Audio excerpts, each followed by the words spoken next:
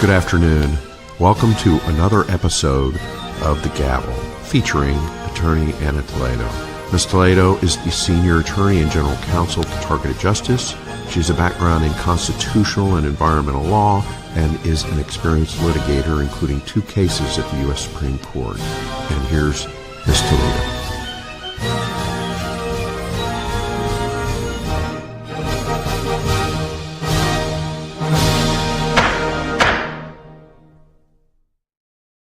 Good evening and happy Friday. Welcome to this episode 42 of The Gavel, a podcast dedicated to bringing you the latest news on our quest for shutting down the government weaponization program that has run for too long. I am your host, Ana Toledo, and I come to you from Washington, D.C., where I relocated for this mission for freedom. I'm an attorney with 30 years of litigating experience that, like many of you watching, became a targeted individual, a victim of government weaponization, and I will not cease to fight for freedom until we are all free. The truth avalanche is just really unstoppable. This is a great time. This is a great time to be alive. And I want you to understand that even though I come to you bringing you the best of me, sometimes it's not that easy for me. It's a struggle. Like you, I struggle every day, but you have to always pick yourself up and do the best you can, because we have come so far that this is no time to push back and not go for it. So the Truth Avalanche, as I said, continues this week. And I am really grateful to God for giving me the serenity to deal with everything that is happening, because we know that the weaponization, the attacks have increased for everybody.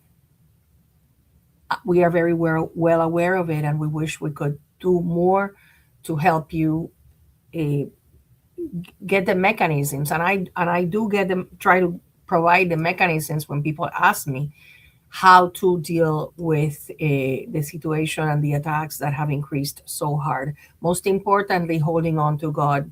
And that is why I want to begin this space reading something that was just popped into my Bible today from 2 Corinthians. And he said, "But he said to me, my grace is sufficient for you, for my power is made perfect in weakness.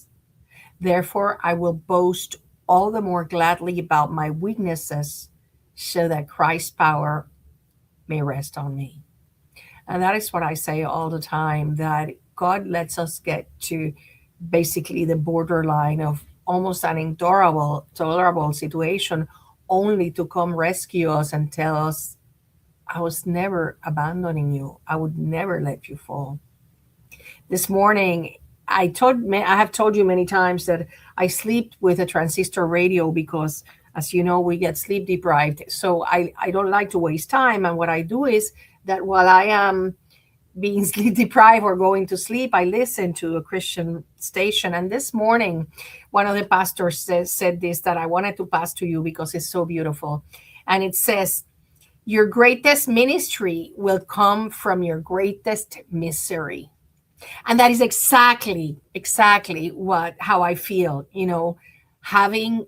becoming a victim of government weaponization has given me a purpose in life that I never imagined I would have.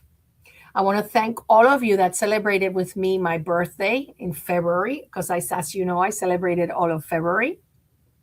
And I got beautiful cards, beautiful gifts. And I am going to show you, this is for those of you that have V2K, this is one recommendation that somebody who does have V2K, DJ Chris, who is beloved in this community, well, he makes this really cool music mixes. And he made one for my birthday. And I want to share it with you, because I think that if you record these into your MP3 player, and it really helps to drown the V2K. So you find his mix. It's there. You see, it's there. Oh, hold on. Hold on, give me a second because I'm not very good with this. I just can't listen to it too much because I want to go dancing. I want to go to like a disco. And okay, it's right here. Let's share this. And so look it up. It's mixed out. And so he supports it and it works for him. Miracle. So for those of you that are always teaching guys today, well, this is one good, beautiful alternative that you can use because it's tried and true. It proves it works for them. Anyways, please remember to help me defeat the throttling and the censorship, and like, share, and subscribe. Please help me with that because it makes a difference. It doesn't cost you anything, and it helps us promote our message. So let's go. Before I begin with the Truth Avalanche, I'm going to play for you this week's Targeted Justice newsletter for those of you that didn't get to read it. And always thankful to our wonderful volunteer, Sean, who puts so much effort and so much love into preparing these amazing summaries of the Targeted Justice newsletter. Let me just get it for you 1 second, Dave. I am trying a new computer in an attempt to minimize the hacking from the criminals that you know how it is. It's all the time. But here it goes.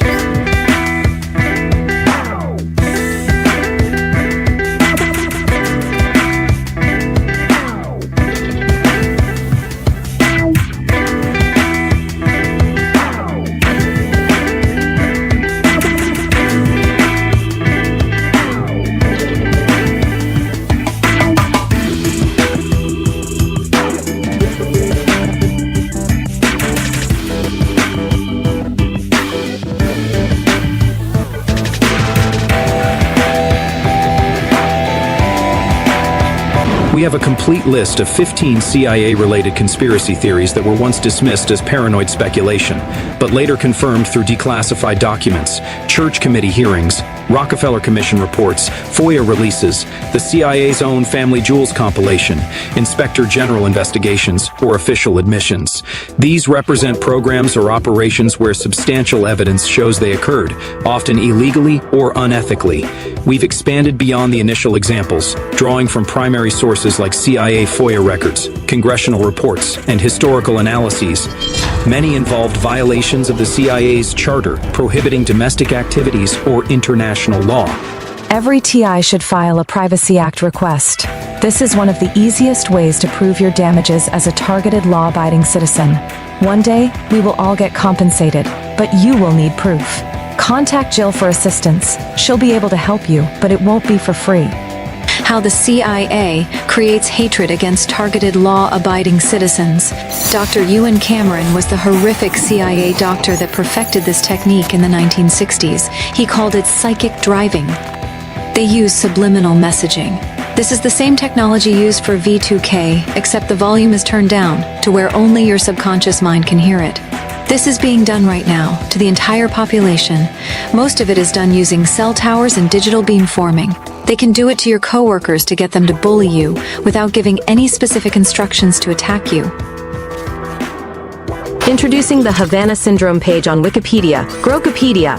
Grokopedia liberates the evidence, presents current findings, including reanalysis of NIH findings, civilian registry update, and exposes intel narratives contradicting scientific facts. When will U.S. health agencies and intelligence community recognize diagnosed AHI-1 cases? Former CIA agents break silence on microwave weapons. AJ is a former senior CIA operations officer and twice selected chief of station who served across the full spectrum of clandestine operations, including war zones, denied areas, and austere overseas postings.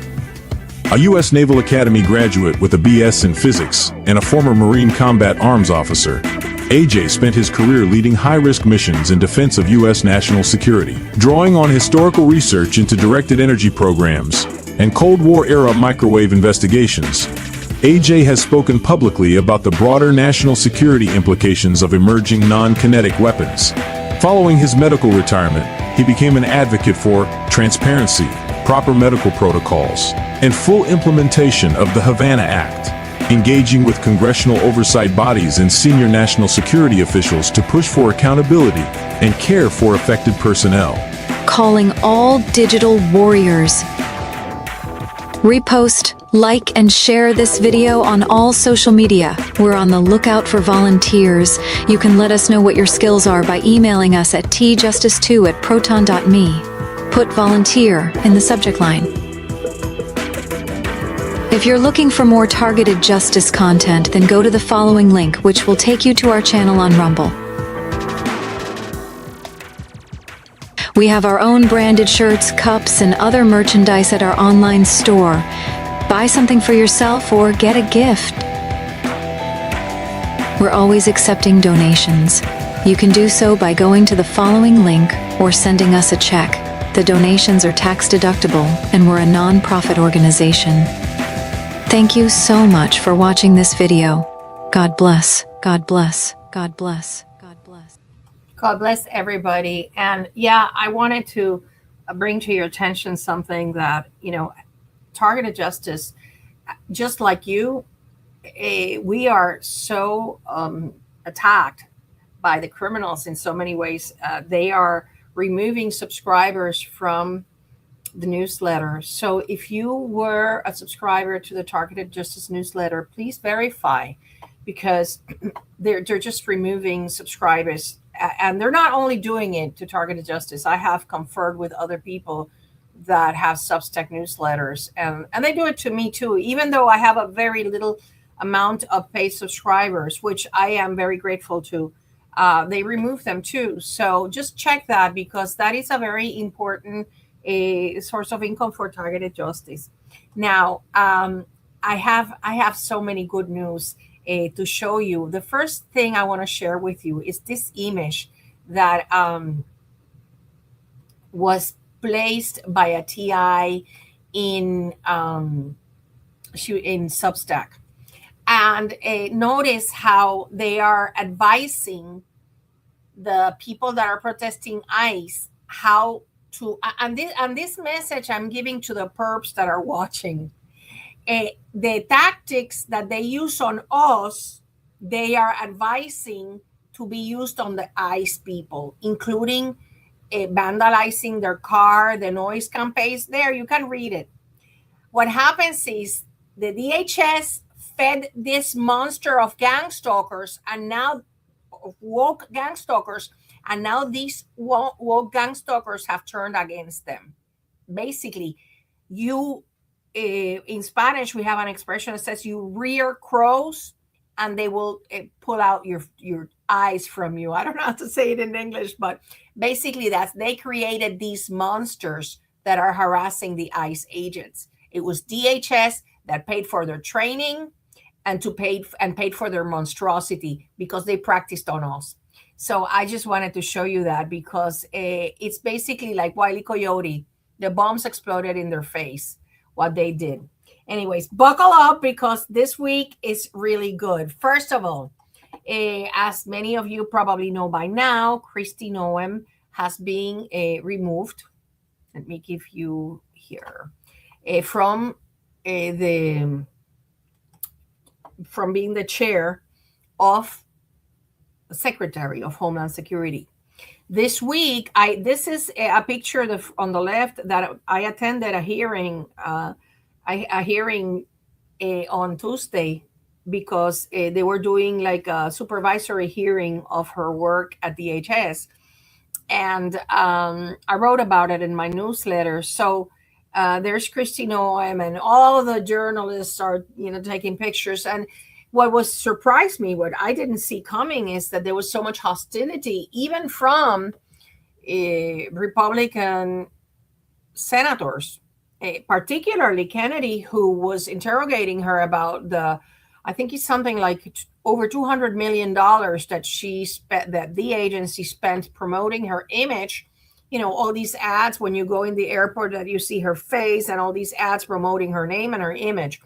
And the contracts were given to the husband of the woman that used to be her spokesperson that denied the nice little database, Trisha McLaughlin, I think. So now we have a new person who is Mr. Mulling, Senator Mulling. Jury is out on him. He's from Oklahoma. I'm not going to say anything about him because I don't know enough. But obviously, I'm going to start from scratch with him, knocking on his door so that they shut down the criminal gang stalking program that affects us so much. And I don't, have to preach to the choir because you know how that goes. Anyways, she was in the House Judiciary Committee on Wednesday. And then by Thursday, she was fired.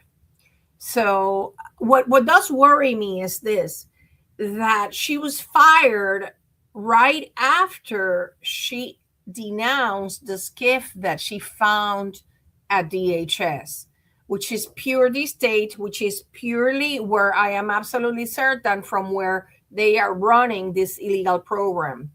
So that's the only thing. She said she referred it to the lawyers. So I want to see Mr. Mulling give continuity to the finding of this illegal skiff that she supposedly found. Or I don't know if she foresaw that she was going to be fired. And she said, well, if I'm going down, these people are going down with me and I'm going to expose it. Because the whole story about, somebody just walked by and saw people coming in and out. I don't know. That sounds a little fishy to me, but more shall be revealed. So that is Miss Noem there. Now, this week, there has been a huge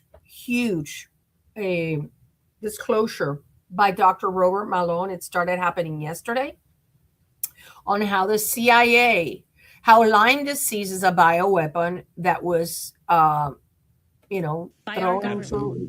into let me just put it from the beginning, into the environment by the CIA criminals. Who is surprised? As somebody who suffered through chikungunya and 2 dengue fevers, I'm not surprised because particularly the chikungunya, I know it was them. So listen to Dr. Malone talk about this. Absolutely. As part of a project in the 60s to look at the ability of these modified insects to disseminate geographically. And it appears that that's the origin of the Lone Star tick infestation that we now have along the eastern seaboard. It also appears that that Army research involved development of ticks that had multiple pathogens, and the appearance that those modified organisms found their ways into the eastern seaboard, potentially through animals crossing over to Plum Island and then back onto the mainland. So it turns out that Plum Island, it seems that we're going to hear more from it because that's when they were doing the little experiments that the CIA wasn't telling anybody about them. And so this is very close to, I'm going to show you another video, to Robert Kennedy.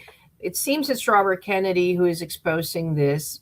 Dr. Malone has been appointed to a bioweapon commission in the United Nations.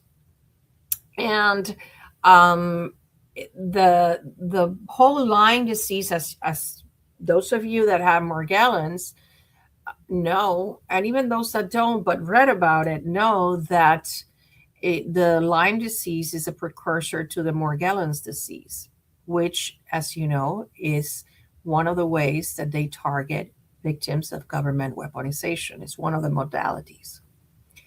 And those of you that remember that when James Martinez was in the podcast interviewed by Dr. Bear, he said that Robert Kennedy was also a targeted individual. Well, look at what Dr. Malone has to say about his family. This is something the secretary takes very personally.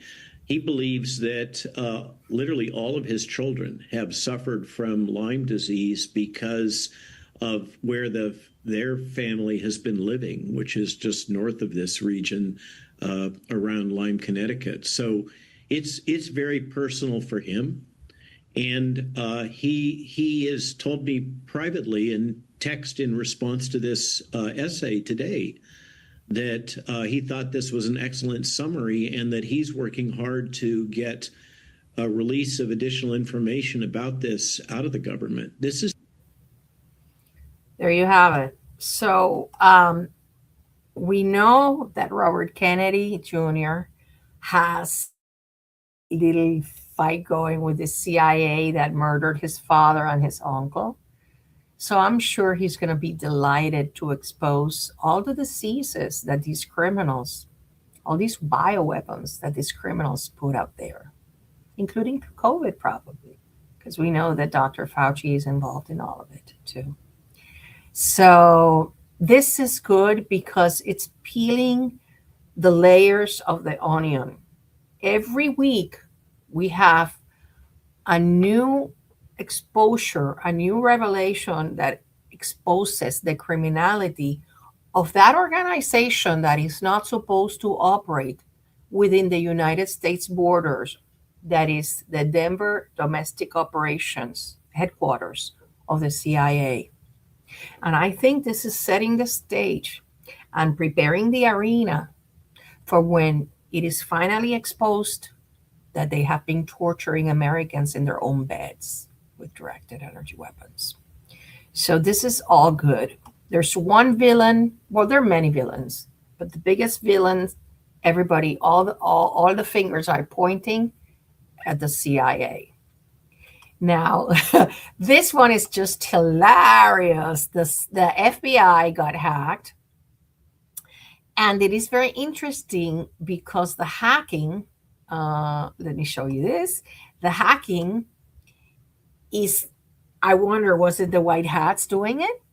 FBI investigating suspicious cyber activity on systems holding sensitive surveillance information.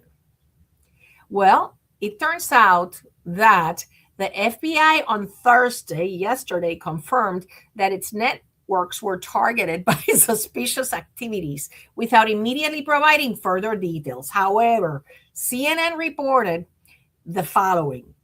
FBI identifies a suspected hack on a sensitive network used to manage wiretaps and intelligence surveillance warrants. Translation, FISA warrants. And the Associated Press reported that the FBI said this week that it is investigating suspicious activities on an internal system that contains sensitive information related to the surveillance, operations, and investigations. So to me, it would be, an early Christmas gift that the White House hacked into their systems and published all the names of the people against whom they obtained FISA warrants. That would be just amazing. So it said they did not specify who may have targeted the FBI system, known as the Digital Collection System. But it was obviously a highly sophisticated group that did this, or person. So more shall be revealed, and they have been very quiet about how much information came out, but clearly it had to do with the FISA surveillance. And that is always good news if somebody did it with a good intention, right? Now, this week, one of the topics that has been in everybody's lips has been the prohibited access. As you know, I told you last week how Susie Wiles and Kash Patel had been there. Susie Wiles' phone conversation was listened to with her attorney. And as an attorney, I tell you, the only way they did that was because the attorney agreed to it, which was reported that he had agreed to it, but the attorney was denying it.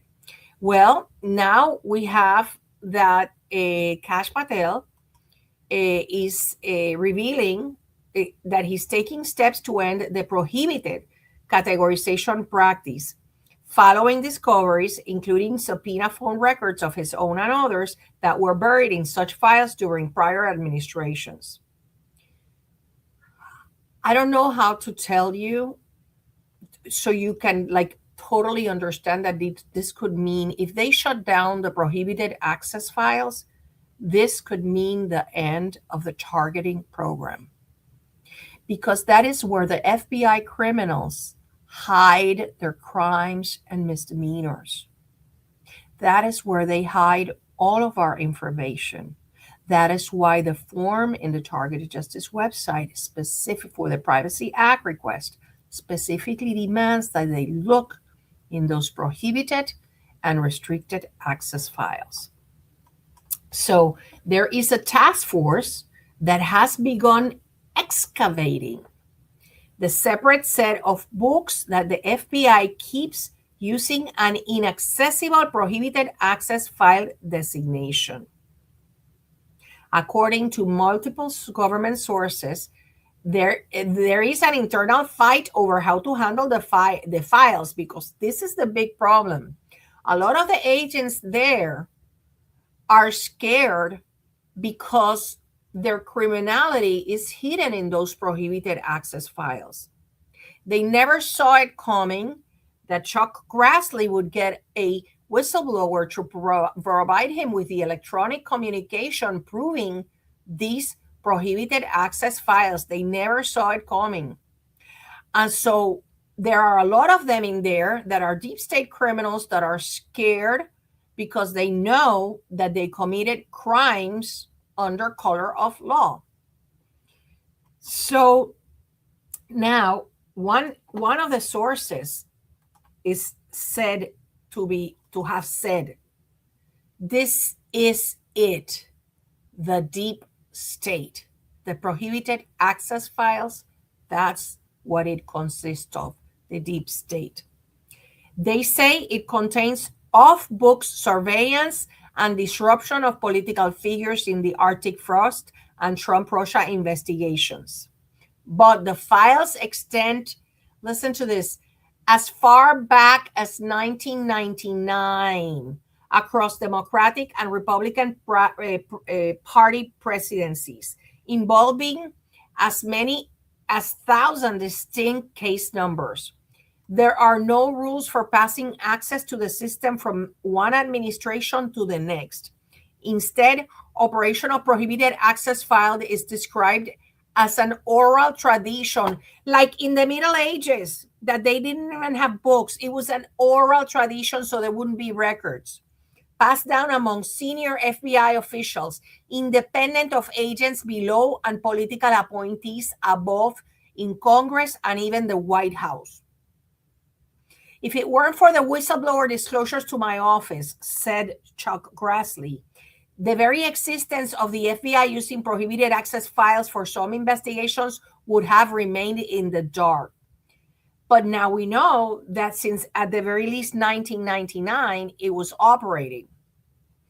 I want you to pay so much attention to this, because I'm going to explain for those of you that have already received the Privacy Act reply saying, no, we didn't find anything. I'm going to be discussing it. So don't go anywhere, because this is a very important episode. Please share it.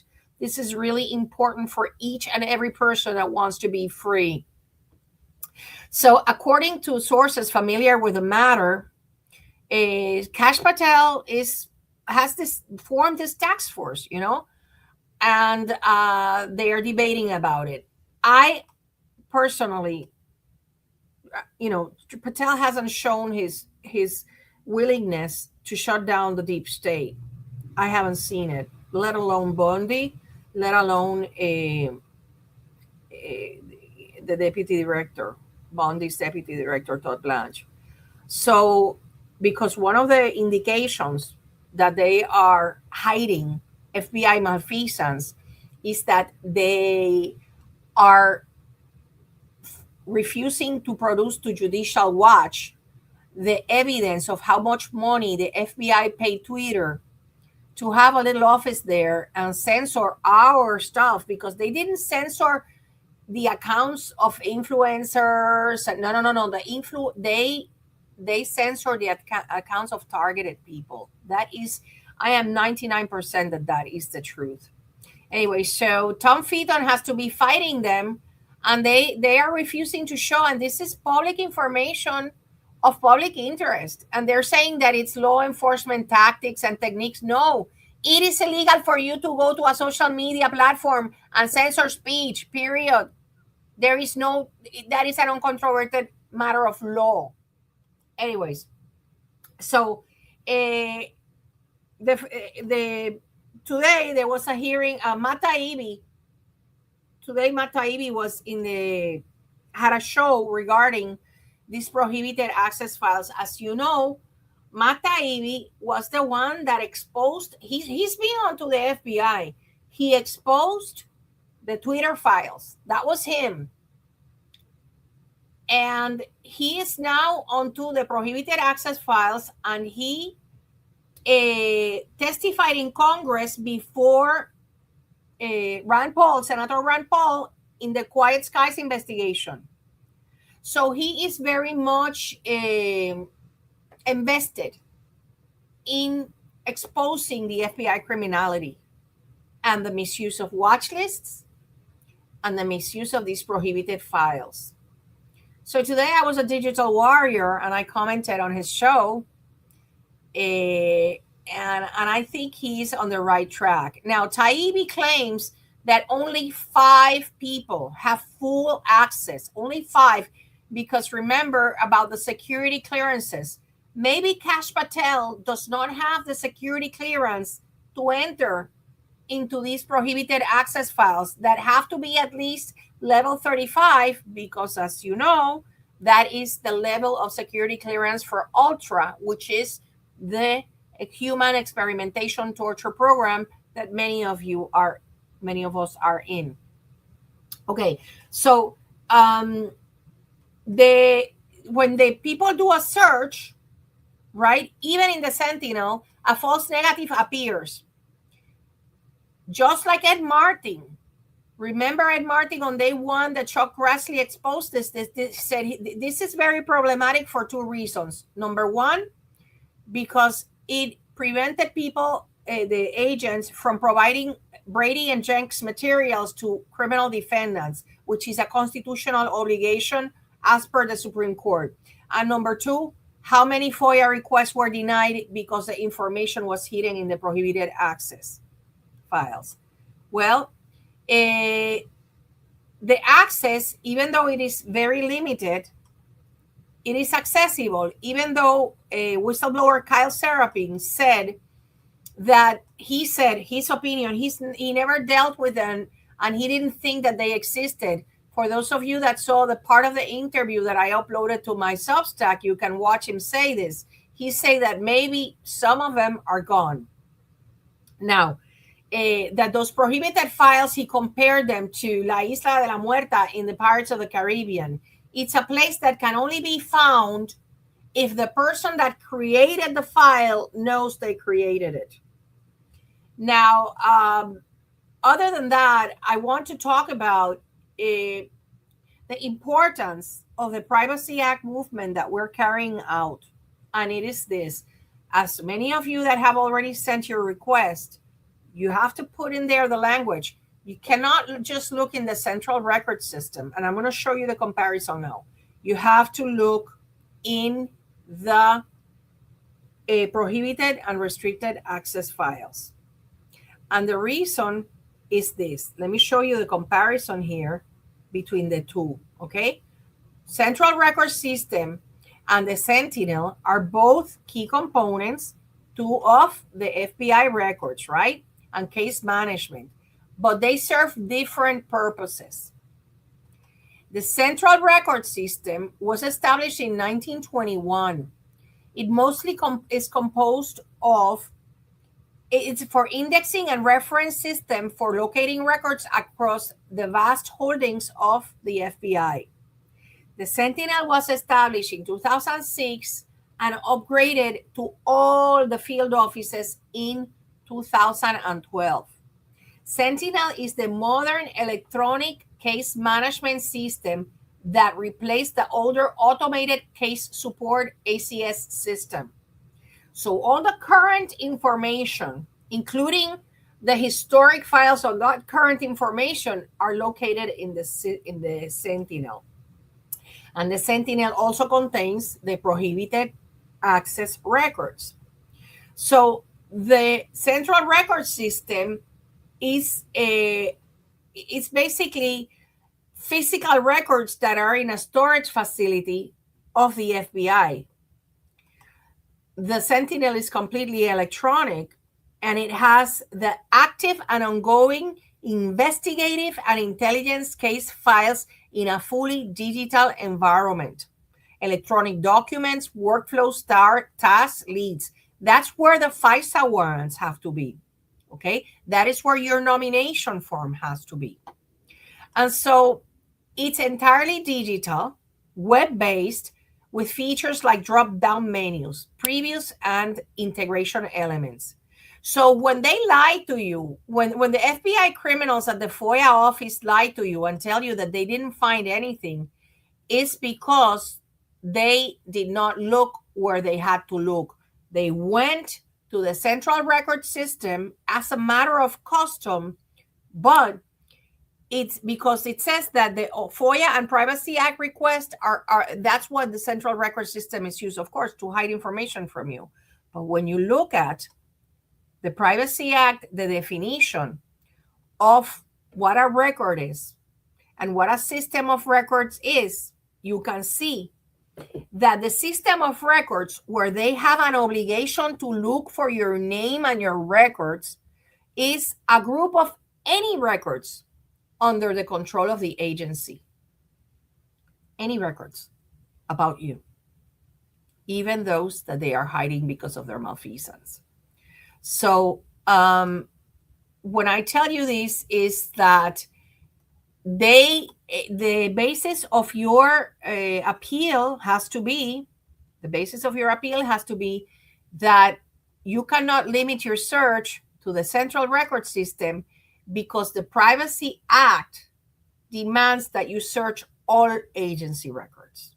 They cannot, and I don't care if only 5 people at the FBI have access to the prohibited access, because you know what? Those 5 people have to look up your information and produce it. And that is what one of the goals is.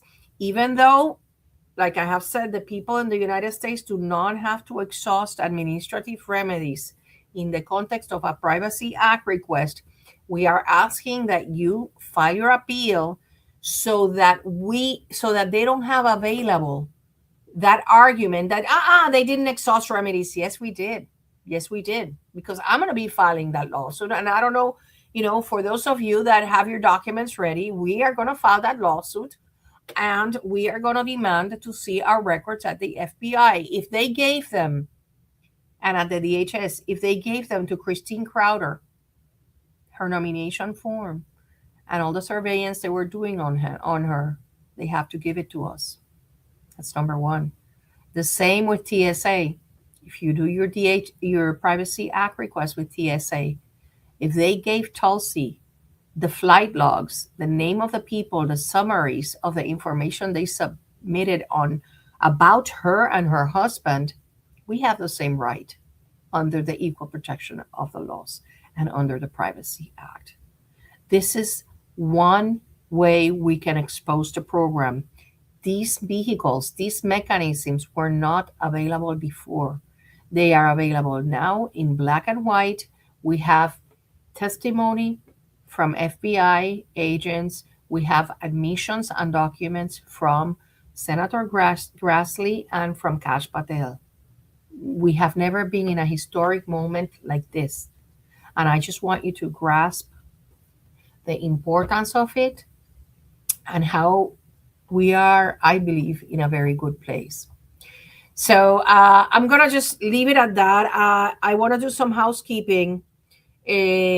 First of all, again, I want to thank you. I want to thank DJ Chris. I want to thank Tom, Jill, all the Targeted Justice team for your beautiful card. And I have a little plea for those of you that are hiring Jill to assist you. She's a paralegal and she is an editor. And like you and me, she needs to work for a living. I don't understand why some people think that she should work for free, because it's not. That doesn't. I don't know where that comes from, but it's not. It doesn't come from a place of justice.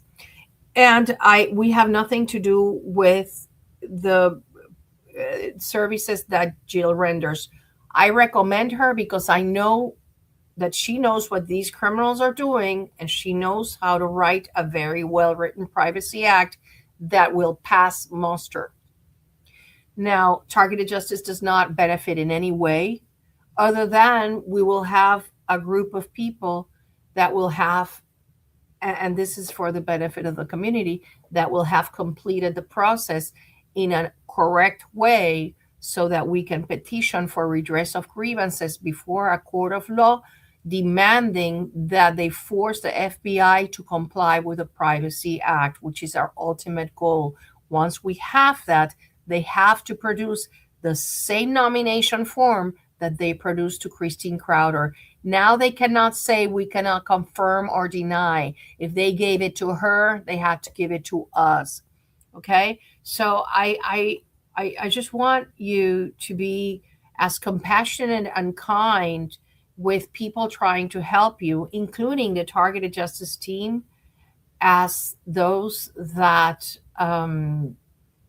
as you would want people to treat you, because that's the golden rule, right? That's how we should treat others, as you want them to treat you. So I just had to make this clarification, because, and the same goes for me, for people that defame me or my friends, I will be civilized with you, but it's a very, it's, once the trust is broken, it's broken. So I hope that people understand how important it is to be kind, compassionate, and understanding of others, because we're all in the same boat. We're all targeted, and we all have a different little torture menu. So, anyways, please make sure that you are on your toes on your Privacy Act request. I am circulating at 11:57.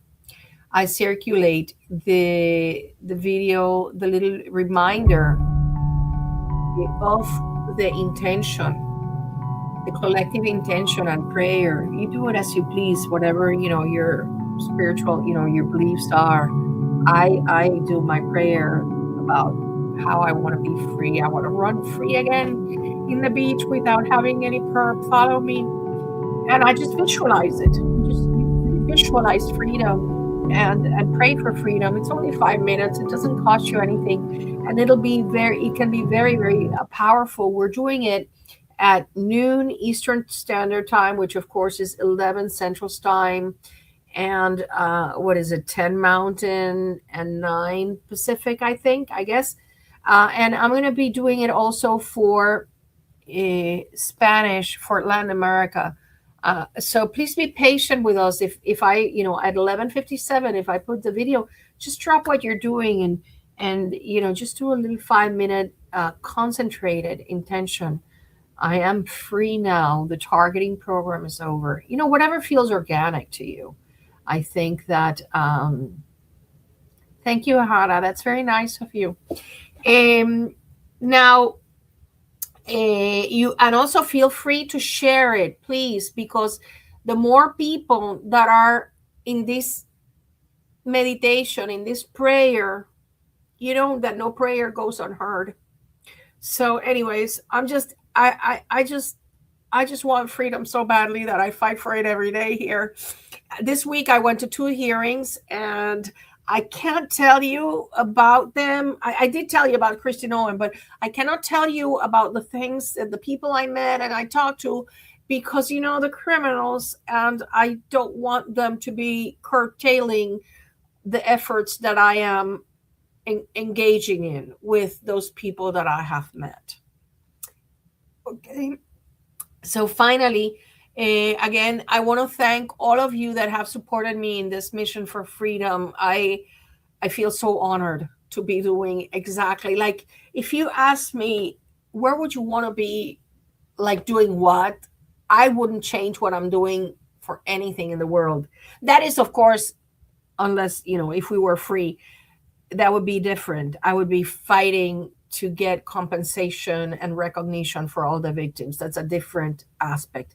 But right now, I cannot think of wanting to do anything more than what I'm doing. So I want to thank all of you that have supported this mission, because, God put it in my heart and God put it in your heart to help me. So I'm going to continue. I'm going to continue my visits at least twice a week to congressional offices. It's a very hard thing to do, particularly because I get severely attacked. But you know what? I take it as a badge of honor. I say, bring it on. I love it. I love it that you're attacking me, because I know that what I'm doing hurts you, triggers you, threatens you. And because of that, I welcome it. I know I am covered in the blood of Jesus, and no weapon shall prosper against me. Anyways, so thank you so much for joining me. And I wish I could do more. I am doing what I can. I cannot go rescue. People are writing to me, come rescue me. I'm dying. No, you're not dying. Please stop listening to your V2K. That's what they want you to believe. And it's a lie. The devil is a liar. So please go to the Targeted Justice website and read about the technology. It's there. There's no excuse for you to not learn about it, and to use tactics to, fight back, just like DJ Chris music mixes. Okay. Just like the Shocks earphones that are bone conducting, just like other people listen to audiobooks and concentrate on the voice of the audiobook, and that helps them a lot too. Or white noise. Okay. So anyways, thank you so much. I hope to see you next week. Please get to work on your Privacy Act request, and anybody that tells you that this is lawfare and stupid and whatever is your enemy. Doesn't want you to get out of this, because I tell you, through legal means, we can expose this program peacefully and legally, because now we have the tools of information to go to a court of law and say, I want the FBI to look in those prohibited access files and answer under penalty of perjury that they did not find anything on me, even though the 5 people that are authorized to look in those prohibited access files will have to state under penalty of perjury that they looked up my name and that they did not find anything. Because I'm not a terrorist, because I'm not a criminal, because there is no national security reason for not giving me any information on those hidden files that are basically the deep state. And the same goes for you. Anyways, thank you everybody for being here, and I will see you next week. Please don't miss it. Remember, finally, Fridays, I changed to Friday. I know some of you wanted me to leave it on Wednesdays.